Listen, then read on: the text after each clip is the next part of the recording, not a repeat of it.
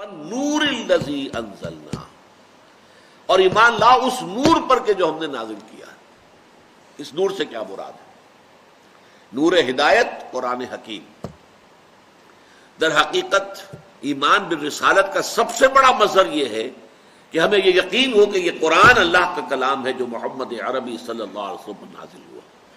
یہ ایمان بالرسالت کا سب سے بڑا مظہر، اہم ترین مظہر، اور اس کی سب سے بڑی صفت یہ کہ یہ نور ہے۔ نور سے اصل میں مراد کیا ہے؟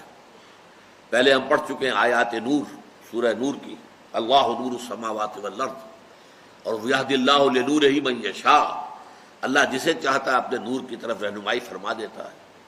یہاں اب قرآن کو نور کہا جاتا ہے، وَالنُّورِ الَّذِي أَنزَلْنَا، انزلنا ہے نازل کیا، ظاہر بات ہے کہ اس سے معین ہو گیا کہ مراد قرآن۔ نور اصل میں ذریعہ ظہور بنتا ہے، واسطہ ظہور۔ یہ روشنی اس وقت ہے تو میں آپ کو دیکھ رہا ہوں، آپ مجھے دیکھ رہے ہیں۔ روشنی نہیں ہوگی، گھپ اندھیرا ہو جائے گا، نہ میں آپ کو دیکھ سکوں گا نہ آپ مجھے دیکھ سکیں گے۔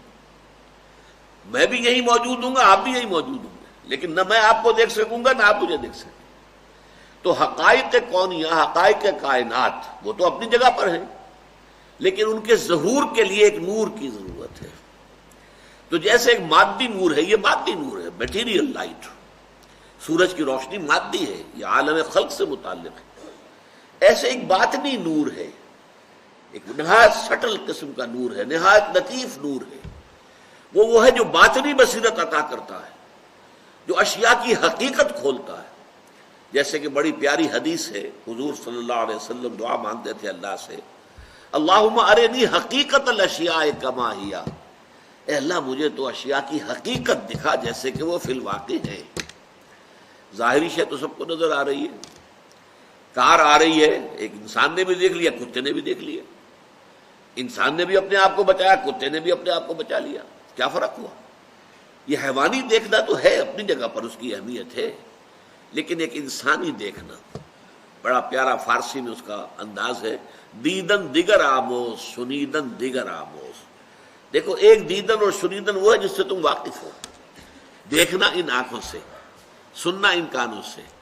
دیدن دیگر، ایک اور سننا بھی ہے، دل کے کانوں سے سننا، اور ایک اور دیکھنا بھی ہے، دل کی آنکھوں سے دیکھنا۔ تو دیدن دیگر آموز شنیدن دیگر آموز۔ تو ایک یہ شنیدن اور دیدن جو ہے یہ ظاہری ہے، یہ حیوانی ہے، یہ جسمانی ہے، یہ مادی ہے، اور ایک ہے کہ جو لطیف ایمانی حقائق ہیں، جو روحانی دیدن ہے اور روحانی شنیدن ہے۔